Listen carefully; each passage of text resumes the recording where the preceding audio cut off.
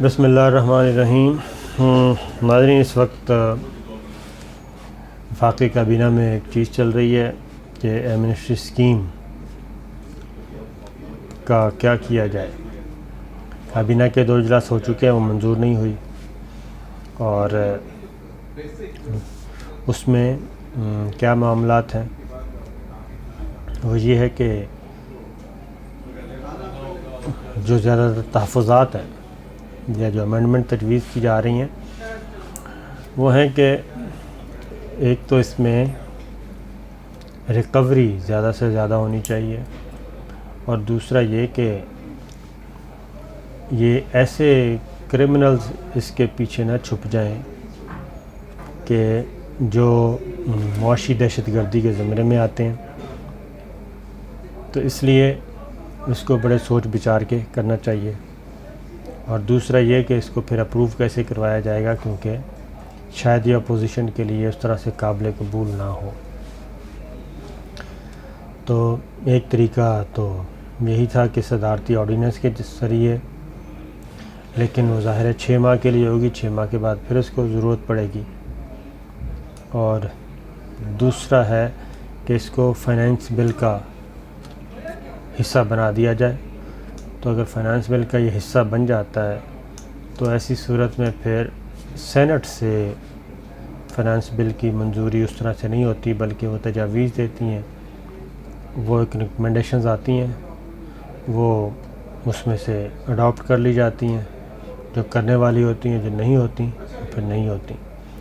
تو finance bill کا آپ کو پتہ ہی ہے کہ صرف قومی اسمبلی سے منظور ہونا لازمی ہوتا ہے، سینٹ میں اس کا منظور ہونا لازمی نہیں ہے۔ تو ایمنسٹی اسکیم کا معاملہ تو یہ ہے، اور یہ آگے چلے گا، اور ہو سکتا ہے یہ ڈیلے ہو جائے، فی الفور صدارتی آرڈیننس کے ذریعے شاید یہ نہ آئے، اور زیادہ امکان یہ ہے کہ یہ اب بجٹ تک مؤخر کر دیا جائے گا، اور بجٹ میں اس کو ایڈجسٹ کرنے کی کوشش کی جائے گی جو اب تک کی معلومات ہیں۔ دوسرا یہ کہ منی لانڈرنگ کو لگانے کی کوشش کی جا رہی ہے، ایون ٹیکس چوروں کے لیے بھی، کہ اس پہ وہ کر دیا جائے ATA اینٹی ٹیررسٹ ایکٹ کی دفعہ شامل کر دی جائے۔ یہ ایک امینڈمنٹ آ رہی ہے، اور اگر آ جاتی ہے تو اس کے بعد، کیونکہ اب تک یہ ہے کہ پاکستان میں ٹیکس چوروں کو جیل نہیں بھیجا جا سکتا، اور وہ اس طرح سے گرفت میں نہیں آتے جیسے کہ آنا چاہتے ہیں، اسی طریقے سے منی لانڈرنگ کرنے والے بچ جاتے ہیں۔ لیکن اگر وہ ایکٹ میں تبدیلی کر کے 1992 والا ایکٹ جو ہے اس میں بھی تبدیلی کر کے اور نئی ریفارمز کی صورت میں نیا بل آتا ہے تو یہ اچھی خبر نہیں ہوگی۔ فائنینشیل ٹیررزم ایکٹ لے کے آ رہے ہیں، تو جب فائنینشیل ٹیررزم ایکٹ ہوگا وہ ایکول ہوگا ATA کے، اینٹی ٹیررسٹ ایکٹ جو ہے، تو یہ نان بیلیبل ہے، ناقابل ضمانت آفینس تصور ہوتا ہے، اور پھر اس میں ریاست ورسز جو بھی انڈیویجول ہے، کمپنی ہے، وہ ہوں گے۔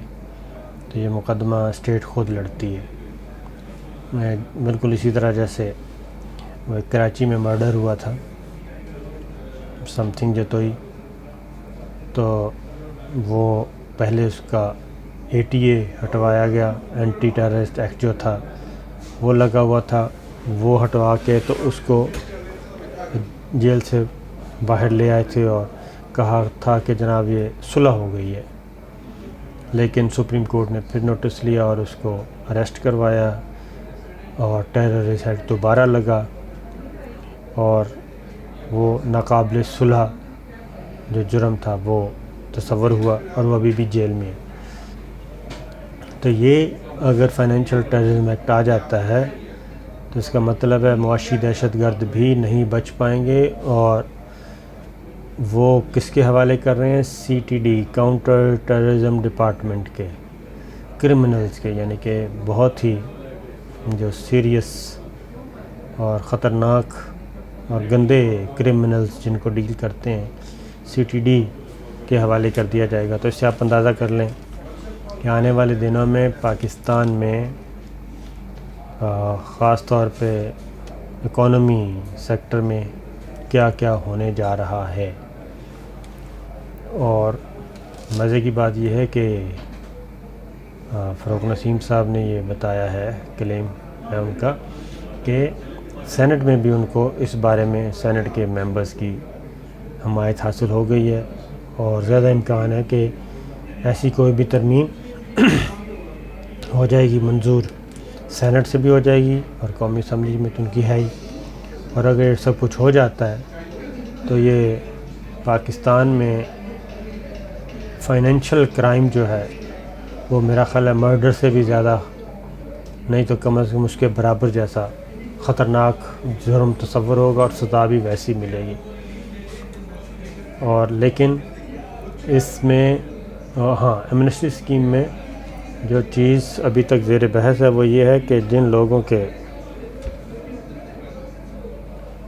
مقدمات آلریڈی چل رہے ہیں، انکوائریز کھلی ہوئی ہیں، انویسٹیگیشنز ہو رہی ہیں، جو بیل پہ ہیں، پروٹیکٹیو بیل پہ ہیں، ایسے لوگ ایمنسٹی اسکیم کا حصہ نہیں بنیں گے. یہ بھی ایک بحث چل رہی ہے کہ ان کو اس کا حصہ نہ بنایا جائے، بلکہ یقینی کیا جائے کہ اس کا حصہ نہ بنے. تو اس میں بہت بڑے بڑے نام ہیں جن کے خلاف مقدمات کھلے ہوئے ہیں، کیونکہ اگر یہ ہو گیا تو پھر اس کے پیچھے تمام